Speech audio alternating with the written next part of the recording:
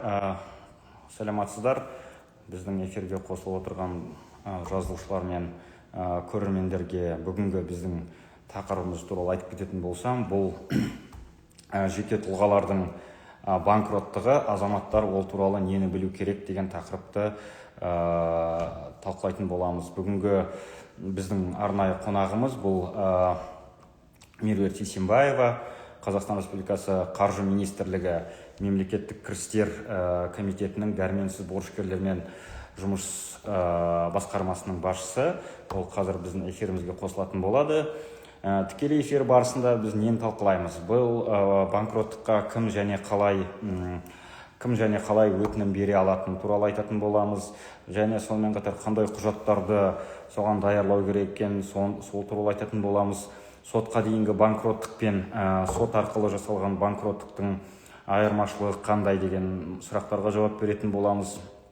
Өз төлем қабілеттілігі қалай және қалыпқа келтіруге болатын, және банкрот мәртебесі болса азаматқа ол қандай әсер ететін туралы талқылаймыз. Сондай-ақ спикер қосылған, қазір қатарымызға қосылатын спикер, ол жеке тұлғалардың банкроттығы рәсімін жеңілдету үшін қазір қандай заңнама, қандай заңға өзгерістер енгізіліп жатыр, сол туралы айтып береді. Енді біз әрбір осындай тікелей эфирдің алдында жазылушылардың арасында сұрау өткізіп тұрамыз. Сол сұраудың кейбір нәтижелерін айтып кететін болсам, бұл мынандай сұрақ болды. Жеке тұлғалардың банкроттығы рәсімі туралы білесіз бе деген сұраққа иә деп 57% дауыс беріпті, жоқ деп 43% адам қатысушылар дауыс берген екен. Сонымен қатар банкроттыққа беру мүмкіндігі қарастырдыңыз ба деген сұраққа иә деп 20%, 80% адам жоқ деп жауап берді. Яки көп адамдар банкроттыққа беру туралы мәселені әлі қарастырмаған екен. Сонымен қатар жеке тұлғалардың банкроттығы тақырыбы бойынша консультация қай жерден алуға болатынын білесіз бе деген сұраққа иә деп 14%, жоқ деп 86% адам дауыс берген екен. Қазір біздің қатарымызға спикер қосылу керек. Соны кішкене күте тұрайық. Сосын сұрақтарға көшетін боламыз.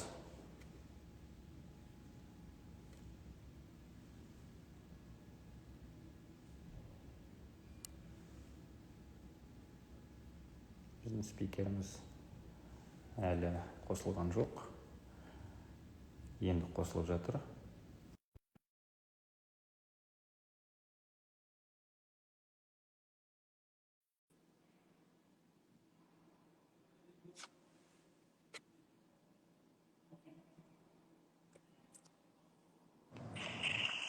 Сәлематсыз. Қош келіпсіз біздің эфирге. Мен жаңа сізді таныстырып кеттім эфирге. Бізге қосылған қонағымыз бұл Меруерт Исимбаева. Тағы да қайталап өтіп кетейін. Ол Қазақстан Республикасы Қаржы Министрлігінің Мемлекеттік кірістер комитетінің дәрменсіз борышкерлермен жұмыс басқармасының басшысы болып табылады. Жаңа мен сізді айтып кеттім. Қандай мәселелер талқылайтынымыз туралы олды туралы айтып кеттім. Енді сұрақтарға көшсек қалай қарайсыз? Көшейік. Естіліп тұр ғой, иә? Естіліп тұр. Онда Меруерт ханым, бірінші сұрағымыз бұл жеке тұлғалардың банкроттығы деген не? Және сотқа дейінгі, соттан тыс банкроттығы деген бар. Оны қандай жағдайларда рәсімдеуге болады деген сұрақ. Соған жауап берсеңіз. Енді жалпы банкроттық дегеніміз ол ресми түрде өзінің қарыздарын кешіру. Ол енді бұл қайтып кешіру, осы қандай рәсімдер арқылы кешіру керек екені осы қазіргі таңда Қазақстан Республикасы азаматтарының төлем қабілетсіздігін қалпына келтіру және банкроттығы туралы заң шеңберінде ол қарастырылған. Және де өзіңіз айтып кеткендей соттан тыс банкроттық, сот арқылы банкроттық деп отырмыз, ол адамның қаржылық жағдайына байланысты және қарыз түрлеріне байланысты осы екі банкроттық рәсімін өздеріне таңдай алады. Енді негізгі осы қандай талаптары бар осы екі рәсімнің. Бірінші, ол соттан тыс банкроттық рәсімінде талаптарымыз ол тек қана қаржылық ұйымдардың алдында қарыз, және де бұндай қарызды аз мөлшерде 1600 айлық есептік көрсеткіш құрайтын қарыз болу керек, және де оны 12 ай төлей алмаған жағдайда азамат осы алдын ала қаржылық ұйымдармен реттеу жұмыстарын жүргізіп, содан кейін мүлігі жоқ болған кезде ешқандай онда осы жеңілдетілген соттан тыс банкроттық рәсімін қолдана алады. Арнайы бір жеңілдіктер бар бұл рәсімге, тағы да атаулы әлеуметтік көмек алушылар осындай рәсімді, жаңағы мен айтып кеттім ғой, 12 ай төлей алмаған фактісі болғанда қолдана алады деген. Бұл атаулы әлеуметтік көмек алушылар бірден осы рәсімге жүгіне алады, және де 5 жыл бойы 5 жылдан артық уақыт өзінің қарыздарын мүлде төлей алмай жатқан азаматтарға ешқандай бір мүлік бар жоғына қарамастан, және де осы қарыздың мөлшеріне қарамастан тіпті үлкен сомамен болса да осы рәсімді қолдана алады. Ал енді осы рәсімді қолдану үшін арнайы бізде қолдау платформасы әзірленген, және де сол арқылы осы рәсім жүргізіледі. Бұл мемлекеттік қызмет түрі. Және де бұл рәсімді өтініш білдіру үшін азамат немесе халыққа қызмет көрсету орталығында, немесе үйде отырып осы арнайы егов мобайл қосымшасы арқылы осы өтінішті бере алады. Алғаш осы жалпы банкроттық басталған кезде біз құжаттар сұрайтынымыз, ол арнайы қай мекемеге мысалы үшін қарызы бар, сол бойынша сомасын, атауын бәрін көрсету керек деген. Қазір ондай талаптар жоқ. Барлығын біз кредиттік бюроның базасынан алып жатырмыз. Тек қана осы өтінішті берсе болды бірден. Және де қазір осы айтып отырмыз ғой, және кредитормен алдын ала реттеу жұмыстарын жүргізу керек екен. Соны дәлел құжатында қазір ешқандай сұратпаймыз. Бұл құжатты біз кредиттік бюроның базасынан аламыз. Енді екінші рәсім, сот арқылы банкроттық рәсімі. Бұл өзі ат айтып тұр, сот арқылы бұл жерде кез келген қарыз бойынша, тіпті басқа жеке тұлғаның алдында да, басқа бір салық бойынша да, коммуналдық төлемдер бойынша да, басқа бір ТО немесе тағы бір сондай басқа ұйымдардың арасында қарыздар болса, барлығын жинап осы сот арқылы да өзін банкрот қылып тануға болады. Бұл жерде қаржылық басқарушылар қызмет атқарады. Бұл қызмет ақылы, бірден айтып қояйын, дайын болу керек. Если сот арқылы банкроттық рәсімін қолданғысы келсе, онда қаржылық басқарушыға еңбек ақысын төлеу керек. Бұл кемінде 6 ай жүретін рәсім. Тек қана осы арнайы осал топтарға қатарына жатқызылатын азаматтар болса, мүлігі жоқ болса, бұндай ақшаны мемлекет тарапынан көзделген төлеу, қалғандары енді бірден осы көптеген қазір сұрақтары бар, өзіміз қарыз болып тұрсақ та, енді ол қаржылық басқарушыға еңбек ақысын қайдан аламыз деген. Бірақ та енді ол дүниежүзілік тәжірибе, өзінің енді үлкен қомақты ақшасын кешіруге жатқызылып жатса, онда бұл жерде қаржылық басқарушының қызметіне жүгінуге тура келеді. Бұл енді осы рәсім. Рахмет. Бірінші сұраққа жауап бергеніңізге. Енді келесі сұрағымыз, бұл қандай жағдайларда қазақстандықтар жеке тұлғалардың банкроттығына бере алады? Мысалы үшін адам не білу керек осы жөнінде, соны айтып берсеңіз. Бірден айтайын, бұл жалпы осы мен жаңа айтып отырған заңмен көзделген рәсімдердің бәрін тек қана Қазақстан Республикасы азаматтары ғана қолдана алады. Қандастар, бір арнайы бір құжатпен осында уақытша тұрып жатқан рәсімделген азаматтар қолдана алмайды.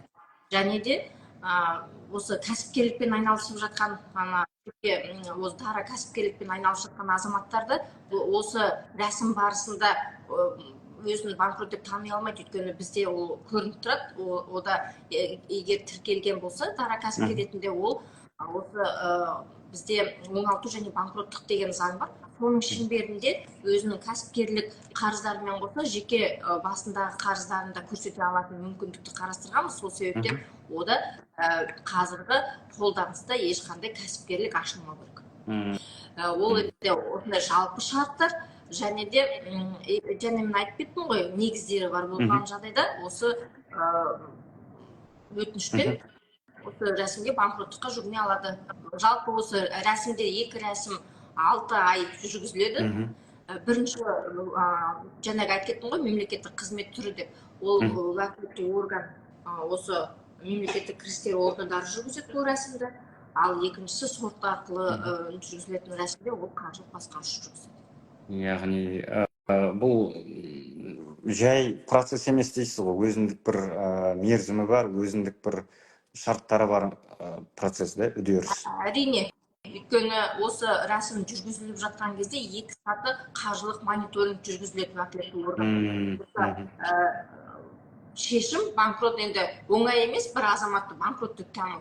Осы банкрот деп тану шешім бір әділді болу үшін, оны әрине бір 2 мәрте осы 6 айдың ішінде тағы тексеру жүргізу фактілерін бар. Сондай тоқтатып тастаған рәсімдеріміз бар. 1000-нан артық азаматтар бойынша осы тексеру барысында анықталып жатыр. Сол. Енді үшінші сұрағымыз, бұл біздің жазылушыларымыз бар, мына жерде қосылып жатқандар бар, кейін көретіндер бар. Солар жаңағы басты талаптары бағана айтып кеттіңіз. Банкроттықта беру үшін қандай басты талаптар қойылатын жөнінде айтып берсеңіз, сосын соған қосымша сұрақ, бұл банкроттыққа кім бастама жасай алады? Банкроттыққа берген адам ба, немесе сол адамға, банкроттыққа беріп жатқан адамға берген кредитор ма? Беруші ма, немесе өзі ма дейсің ғой? Иә. Енді негіздерін жаңа айта кеттім ғой. Жалпы осы кез келген осы заңмен көзделген рәсімге бастамашылық жасау, ол тек қана азаматтың өзіне байланысты. Өзі ғана оны бастамашылық жасай алады. Өйткені не болсын, бір кредитор жаңағы айтқан қаржылық ұйымы, немесе бір басқа бір жеке тұлға өзіне қарызы бар, адамға қарыз беруші деп айтайық, сол өзі мәжбүрлеп ешқай азаматты банкрот деп тани алмайды. Банкроттыққа беру қазіргі таңда заңда жазылып тұр. Ол тек қана азаматтың өзінің жеке бастамасы. таңдауы. Жеке бастамасы. Өзі таңдап, өзі бастамасы. Яғни критерияларға келетін болсақ, жаңағы сол критериямыз айтып кеттім. Енді сот арқылы банкроттық рәсімінде енді ол жерге берген кезде көптеген енді қазір сот шешеді ғой бұл банкроттық. Ол жерде енді өзінің қарыз берушілердің бәрін атап көрсеткені дұрыс, және осы қарызды дәлелдейтін құжат болу керек. Бірден бұл мен мына көршімнен бір 100 000 теңге алып едім, соны да ішіне қоса салайын деген сөз болмайды. Бұл жерде екі ортада келісім болу керек, бекітілген. Нотариус бола ма, енді сондай бір құжат болу керек. Сот бұны дәлелдеп беру керек сотқа, ондай қарызы бар жоқ екен. Сондай қарыз, дәлелденген қарыздардың бәрі бойынша сот арқылы өзін банкрот деп тани алады. Иә, енді одан кейінгі бір сұрағымыз, бұл банкроттық рәсімі қанша уақытқа созылады деген сұрақ келіп отыр. Бірақ сіз бағана айтып кеткен сияқтысыз, жарты жыл, да? Жоқ, енді толықтыра кетейін, ол жерде жарты жыл соттан тыс банкроттық рәсімі енді 6 ай, жарты жыл. Ал сот банкроттық рәсімі 6 ай деп отырмыз, бірақ та бір мүлік сатылмай жатқан бір мүлік болса, немесе бір мүліктік дау болып жатса, онда тағы да 3 айға созылуы мүмкін. Енді бүгінгі тәжірибеде әлі осындай созылған фактілер болған емес. Өйткені қазіргі таңда сотты банкроттыққа тек қана мүлігі жоқ адамдар келіп жатыр, немесе бір жалғыз баспанасы бар, және ол баспана ешқай жерде кепіл заты болып табылмаған азаматтар келіп жатыр. Өздеріңіз білесіздер, сот арқылы банкроттық рәсім өткізілсе, онда мүлік алынып, тәркіленіп, ол сауда-саттыққа салынады. Ал егер жалғыз адамда баспанасы болып, ол ешқай жерде кепіл заты болып табылмаса, онда оны алуға ешкімнің құқығы жоқ. Сол себептен осы жерін біліп, адамдар келіп жатқанын көрінеді. Енді бұл жерде айтып кетейін, жалғыз баспанам ғой деп айтып жатқандар бар, бірақ та ол осы кредит бойынша алынған болса, немесе кепіл заты болып табылса, ол енді басқа азаматтық кодексі шеңберінде ол енді әрине тәркілеуге алынады, және де ол сауда-саттыққа салынып, осы кредиторлардың талаптарын қанағаттандыруға кетеді. яғни жалғыз пәтер болса да ол да тәркіленуі мүмкін дейсіз ғой. Жалғыз пәтер болып, ол кепіл заты болса тәркіленуі мүмкін. Ал кепіл заты болып, ешқай жерде кепіл заты болып табылмаса, оны ешкім оны ала алмайды. Естиді, иә. Ал енді мынау банкроттық қарыз алушылар адамдар енді кредит алады, несие алады, соның тарихына әсер ете ме? Банкроттық болып табылған тарих жаңағы. Енді жалпы біз түсінуіміз керек, бұл банкроттықтың салдары бар ғой, ол салдарының бірі азамат 5 жыл бойы ешқай жерден несие ала алмайды деген. Банк болсын, микроқаржы ұйымдары болсын, бірақ та енді ломбардтардан шағын несие ала алады. Микрокредит. Ал енді жалпы үлкен бір ешқандай кредит алуға енді 5 жылға дейін 5 жыл тыйым салынады. Және де енді біз білеміз ғой, әрбір қаржылық ұйымның өзінің ішкі саясаты бар. Олар өздері тәуекел бір топтарға 5 жылғына емес, одан да ары уақытты да қоюы мүмкін. 6-7 жыл мысалы. Және де тек қана банкрот деп танылған емес, осы банкроттыққа жүгінген азаматтарды да осы топтарға жатуға мүмкін. Соны да ескерген. Яғни тарихқа былайша айтқан уақытта әсер етеді деген жауап береді. Әрине, ол енді тыйым салынған. Мүлдем банкрот деп танылған азаматқа кредит бермеу деген. Бірақ та енді біз көптеген енді қазір банкрот деп танылып, бұл статустан қайтып алынып қалуға алыну керек деп енді қайтадан сұрап жатқандар бар. Кезінде енді болымсыз ақшамен өзі банкрот деп танылып алып, қазір енді келешегін ойламайды адамдар. Өйткені қазір міне отбасы банктен бізде бір жақсы бір пайызсыз кредит алуға мүмкіндік бар екен дейді, үй алуға. Үйім жоқ еді, соған енді әсерін тигізіп отыр деп айтқандар бар. Бірақ та енді осы жерде енді бірден ойлану керек. 5 жыл дегеніміз енді ұзақ қой ол. Көп уақыт.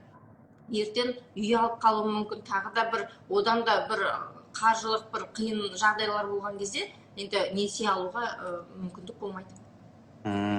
Яғни азамат банкроттыққа берердің алдында және де несие алған уақытта алдын ала ойлану керек, жаңағы банкроттыққа бергенде 5 жылға шейін ешқандай несие алуға, немесе үй алуға, басқа да бір займдар алуға тыйым салынатын. Енді бұл да бір заңның талабы ғой, ол ешкімге жаңағындай жеңілдік жасамайды деген сөз ғой, заңның талабы.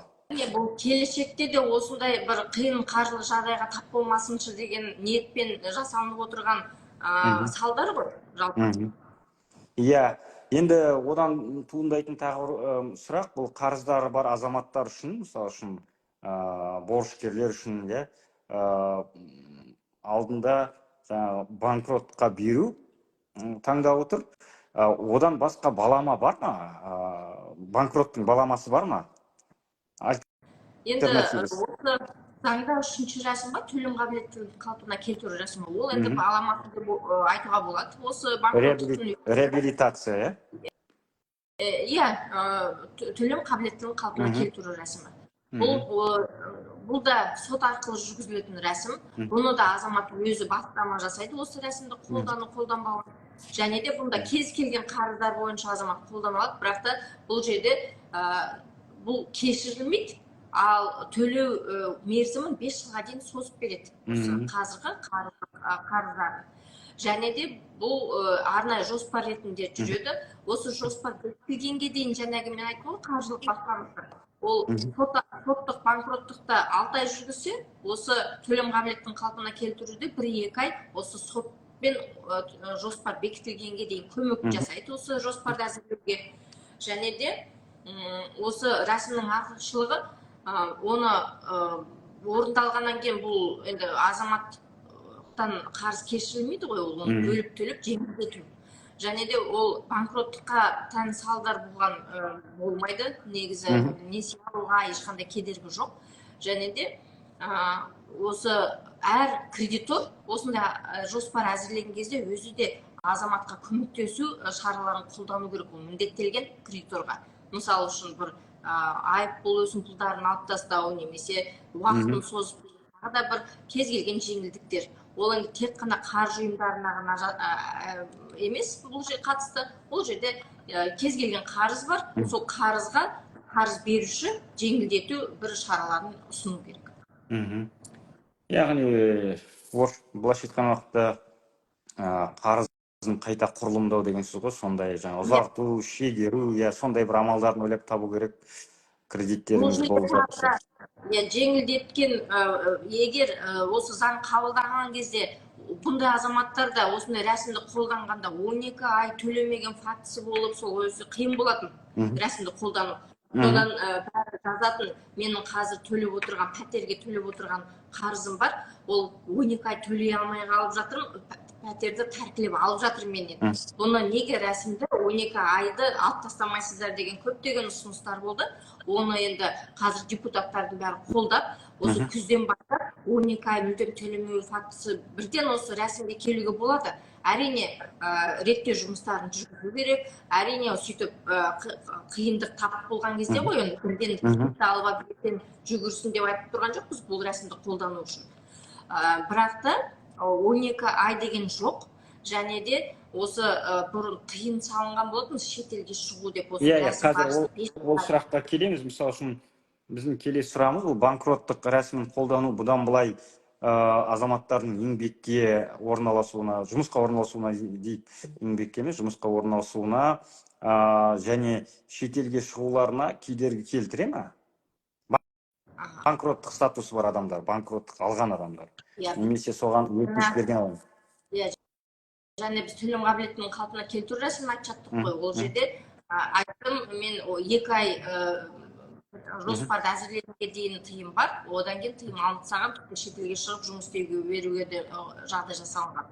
Ал енді банкроттыққа келсек, банкроттықта рәсім барысында соттан тыс банкроттық рәсім жүргізіліп жатқанда, рәсім жүргізіліп жатса да, банкрот деп танылып жатса да, ешқандай шетелге шығуға тыйым жоқ. Ондай бұрынғыдай не жоқ. Сотты банкроттық рәсімінде 6 ай рәсім өтіп жатыр ма? Ол кезде тыйым бар. Өйткені ол жерде мүлкі сатылуы мүмкін, қалайда бір азаматтың осы жерде болуы қажет. Ал егер банкрот деп танылып болғаннан кейін, статусын алып алғаннан кейін, ол жерде шетелге шығуға тыйым жоқ. Ал енді жұмысқа келетін болса, жалпы бізде жұмысқа ешқандай бір тыйым жоқ. Ол жұмыс азамат еңбектену керек, және де ол жанұясын асырап, енді жағдай жақсару керек қой. Бірақ бізде бір неме бар, шарт бар. Осы банкроттық жүріп жатқан кезде қаржылық жағдайы жақсарса, ол қалай жақсару дегенде де жазылған болатын. Егер осы қарыздың сомасынан 30% 30% ол бірден болу керек. Ол жиналып емес, бірден. Мысалы үшін біз бір 2 миллион теңгемен банкротқа беріп отырмыз. Менде бір 2 миллион болса, 1 миллион ақша болып қалса, онда ол қаржылық жағдайы жақсы ғой, немесе мүлік болып қалса 1 миллионға, мысалы үшін. Ол осы қарыздың 30%-дан астам көлемін жабылады деген сөз. Сонда бұндай азаматтар өзі рәсімді тоқтатуға міндетті деген бір шарт бар. Әрине мен жаңағы айтқандай, ол егер осындай жағдай болса, бірақ та біз енді бүгінгі таңға дейін ондай жағдай болып көрген жоқ. Және де ол жұмыс істеп жатса да, ол енді біз білеміз ғой, оның әрбір тиынның орны бар. Ол пәтер жалдамалы, мысалы үшін бала-шағасы бар. Сол үшін ол артылып қалатын ақша мына жерде ол туралы сөйлесіп жатқан жоқпыз біз. Сол себептен бірден осы бізде сондай қолма-қол ақша алатындай да бірден азаматтарда жұмысы әзірше тауып жатқандар жоқ. Сол себептен жалпы жұмыс ол кедергі етпейді. Ал егер қаржылық жағдайы бір жақсарып болады ғой, бір мұрагерлік мүлік қалдырып кетсе, 30 болуы мүмкін, бір үлкен бір бәлем. Лотерея ұтып алуы мүмкін. Ондай жағдай болса, әрине ол тексеріледі. Неге ондай кезде рәсімді тоқтатпады деп ол сұралады бұндай азаматтан. Ал жалпы еңбектенгенге ешқандай тыйым жоқ. Енді соңғы сұрағымыз, бұл бағана өзіңіз де айтып кеттіңіз жоғарыда. Енді барлығы қатып қалған тас емес қой. Қатып қалған жер емес, былайша айтқан уақытта. Заң бар, иә, ол туралы реттейтін заң бар, заңдық құжат бар. Соған соңғы кезде енгізілген қандай өзгерістер бар? Мысалы үшін сіз өзіңіз айтып кеттіңіз, бұрын 12 ай болды, 12 айдың ішінде барлығы тексеріледі, рәсімделеді деп. Қазір сонда қандай өзгерістер енгізілейін деп жатыр, немесе енгізілді ма, жалпы сол жөнінде айтып кетсеңіз? Енді осы күзде көп өзгерістер енгізілген, оны біртіндеп мен сіздерге жаңа айттым. Оның ішінде жаңа айттым ғой, соттан тыс банкроттық рәсімнің ішінде кредиторлардың немесе саны ұлғайтылды. Бұрын тек қана осы тіркелген заңды жұмыс жүргізіліп жатқан қаржылық ұйымдар ғана жатқызылса, қазіргі таңда бұл тізім кеңейтіліп, таратылған кезінде осы несиені беріп, одан кейін несие беру лицензиясынан айырылса да, қазір талап етіп жатқан қаржылық ұйымдар бар. Және де осы кезінде заңмен тек қана қаржылық ұйымдар емес, осы талап ету құқығын басқа да серіктестіктер, басқа да ұйымдар алатын қаржылық ұйым болып де тәркілеп жатыр. Сол себептен қазір банктық бір қарызды өндіріп алу құқығы бар кез келген ұйымның қарызы осындай, ол соттан тыс банкроттық рәсіміне жатады. Ол енді көптеген жеңілдік болды біздің азаматтарға, өйткені біз жарты қарыздар бойынша сотқа жіберетінбіз. Бұл енді мына тізім жоқ, ол тізімде болмағандықтан сіз сотқа барыңыз деп, қазір жоқ. Қазір егер ол кезінде, мысалы үшін банктен алған қарыз болып, қазір бір коллекторда, ол коллектор жабылып, басқа бір толға бәрін беріп жатса, онда ол да осы соттан тыс банкроттық рәсіміне келе алады. Бұл енді бір үлкен бір сондай жөндеу болды. Және де бірден бір болмасы бір 10 теңге, 1 теңге счетына түсіп қалатын болады ғой, счет погашение. Сол бойынша біз бас тартып жататынбыз, сіздерде төлем болды деп. Ол айтатын, мен төлем емес, бұл платежное требование дейді, сол кезде алынып қалған 1 теңге, 10 теңге мен оны салған жоқпын дейді. Ол көп бір кедергі болатын осы рәсімді қолдану үшін. Сол үшін осы күзден бастап бір айлық есептік бір МРП дейміз ғой? Айлық есептік көрсеткіш. Ол айлық есептік көрсеткіштен асатын соманы ғана төлем деп саналатын болды қазір. Одан ақшалар түсіп жатса, онда біз оған қарамаймыз. Осы 12 ай төлемеу фактісіне ол да кіре беріп, сол бір тағы да бір сонда жеңілдік болды. Енді қазір да біз отырған жоқпыз. Бүгінгі таңда мәжілістің депутаттарымен тағы да осы заңға өзгерістер қарастырылуда. Қарастырмақ тұрмақ, оны мақұлдап та қойған осы мәжіліс депутаттары. Енді алдымызда әлі сенат бар ғой. Айта беруге болатын шығар өзгерістерді. Енді ең бір басты өзгерістердің бірі ол, және мен айтып отырмын ғой, реттеу жұмыстарын, қаржылық ұйымдармен реттеу жұмыстарын жүргізу қажеттігін. Енді бұл қажеттік 2025 жылдың 1 қаңтарына дейін алынған қарыздарға жатқызылмайды. Тек қана жаңа осы биылғы жылы несие алсаңыз, оны реттеу керек келешекте, осы банкроттық рәсімін қолданғыңыз келсе.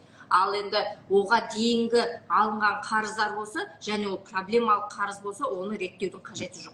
Бұл енді осы алынып тасталды. Осы заңдан ескі қарыздар болса, реттеу қажеті жоқ.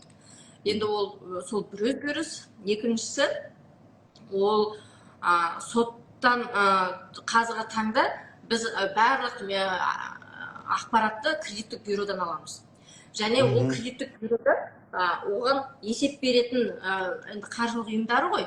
Және де бағана кеңейттік деп отырмыз кредиторлардың санын. Олар кредиттік бюроға есеп бермеуі де мүмкін. Өйткені олар міндеттелген кредит ана есеп беруге қажеттілігі туралы, бірақ та олар агентствоның қарамағында болмағандықтан оларды ешкім тексермеуі мүмкін де, және де біз енді болжамдап отырмыз, ертең бұндай азаматтар кредиттік бюроға есеп бермегендіктен азаматтарымыз ондай қарыздан кешірілмей қалуы мүмкін. Өйткені қазіргі заңда жатыр ғой, кредиттік бюрода қандай сома тұр, сол кешірілуге жатқызылады деген. Ол кезде енді бір жақсы бір өзгерістердің бірі болып тұр. Егер бұндай кредитор соттан тыс банкроттық рәсіміне жатқызылған кредитор болса, оның қарызы көрсетілсе де, кредиттік бюрода көрсетілмесе де кешірілуге жатқызылады. Банкрот деп танылған азамат бойынша талап ете алмайды бұндай қарызды. Бұл енді жақсы өзгеріс болып тұр. Яғни менің түсінгенім, жаңағы өзгерістер сол борышкерлердің жағдайларын жеңілдетуге жасалып жатыр. Құқықтарын қорғау мақсатында жасалып жатқан шаралар бұл. Және де тағы бір өзгерістер, ол бүгінгі таңда азамат тек қана өзінің қаржылық жағдайы жақсарса ғана рәсімді тоқтатуға мүмкіндігі бар. Тоқтату шарттарында, негіздерінде жағдайы жақсарса да деп. Бірақ та кейбіреулердің жағдайы жақсармауы да мүмкін.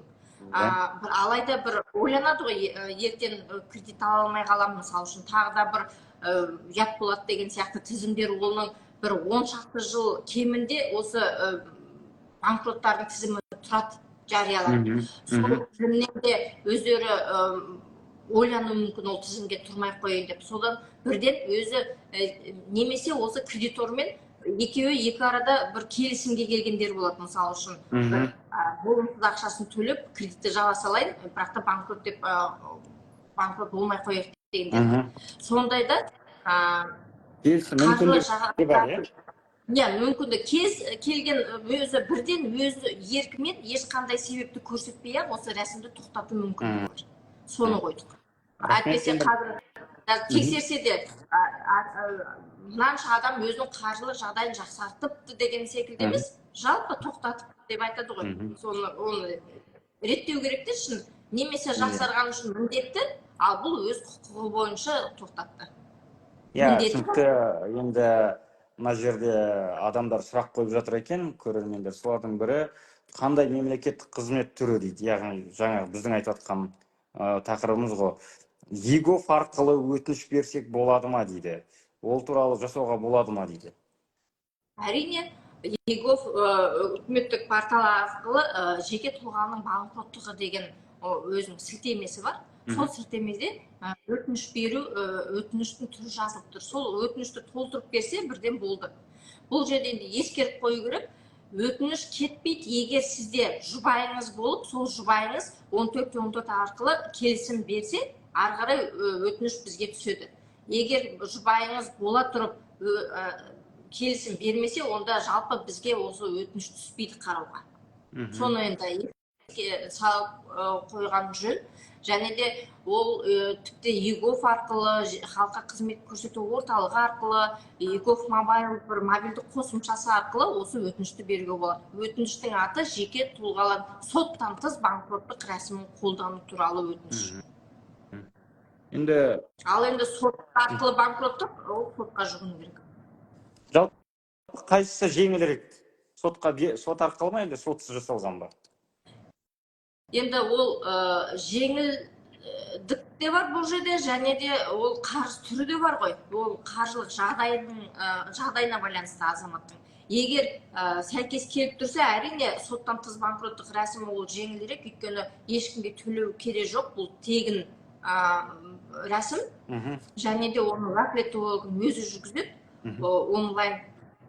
Ол енді тек қана қаржылық ұйымдарының алдындағы алған қарыздар бойынша. Ал енді басқа қарыздар болса, ол ойлану керек. Мен бірінші соттан тыс банкроттық рәсімін қолданып алайын, одан кейін қалған қарыздар бойынша банкрот деп танылайын деген сөз болмайды. Ол бір рет банкрот болды ма, ол келесі жол, келесі 7 жылдан кейін ғана өзін банкрот деп тани алады. Бұл жерде бөлінбеген қай түр екен. Сол себептен бірден басқа да бір жеке заңды тұлғалардың алдында қарыздар болып жатса, бірден ол бұндай азамат сотты банкроттық рәсіміне бару керек, А, соттық банкроттыққа. Ал мен егер тек қана қаржы ұйымдарының алдында болса және сомасы бәрі сәйкес келіп тұрса, онда соттан тыс банкроттық рәсім жеңілірек. иә, енді менің түсінгенім бұл жерде адамдар банкроттыққа бермес бұрын шама келсе мүмкіндік болса несиелерін қайта құрылымдап немесе мерзімін ұзартып келісімге келуге тырысу керек екен. Себебі банкроттық режим бұл оңай емес. 5 жыл 7 жыл деген біздің заманымызда ол өте ұзақ мерзім. Ол деген менің ойымша адамның тарихына да әсер етеді. Заңдық тұрғыдан әсер етпесе де, сіз жаңа айтып отырсыз, жақсы жұмыс табуға алдынан шығуы мүмкін деген сияқты. Жалпы қиындау, енді сондықтан соған жеткізбеуге тырысыңыздар. Банкроттыққа бұл енді ең соңғы шешім болып тұр ғой. Жаңағы несиесін кешіру үшін, несиесін кешіру үшін бұл банкроттыққа барып, банкроттыққа бере салайын, сосын 1-2 жылдан кейін бәрі ұмытып кетеді ғой деген болмайды екен. Сондықтан жаңағы несие алып, оны төлей алмасаңыздар, сол кредиторлардың өзімен келісіп, уақытын шегеріп, айлық төлемін төмендетіп, сондай бір шешімдер табуға болады. Оған қазір мүмкіндіктер өте көп. Жалпы мемлекет реттеліп жатыр қазір. Иә, реттеліп жатыр. Банкпен, мысалы үшін банкпен келіспейтін тұстар болса, банктік омбудсман бар, онымен барып соған жүгіне аласыз. Ол жерде оның қызметі тегін. Микрокредиттік болса, микрокредитный жаңағы омбудсман бар, онымен де жеңіл. Жалпы қазір заңның өзі сол жаңағы борышкерлердің қарызын өтеу жөнінде мемлекет былайша көп жеңілдіктер жасап жатыр. И жаңа өзіңіз айтып кеткендей, банкроттық бойынша да сіздер көп жұмыс жасап жатырсыздар. Енді біздің мақсатымыз олардың бәрін бақылап қарап отыру, жайын жеткізу. Басқа сұрақ жоқ. Мына жерде жаңа біреу сұрапты, эфир жазыла ма деп. Эфир осы жерде қалады. Сіз анау жазбасын кейін сол тақырып бойынша тауып алып, біздің Инстаграмнан көрулеріңізге болады. Сізге қатысқаныңызға үлкен рахмет. Қазақ тілінде жеткілікті, анық түрде ақпаратты жеткізе білгеніңізге, барлық сұрақтарға жауап бергеніңізге сізге сәттілік тілеймін, тыңдармандарға да сәттілік тілеймін. Сонымен сау болыңыздар. Сау болыңыз. Сау.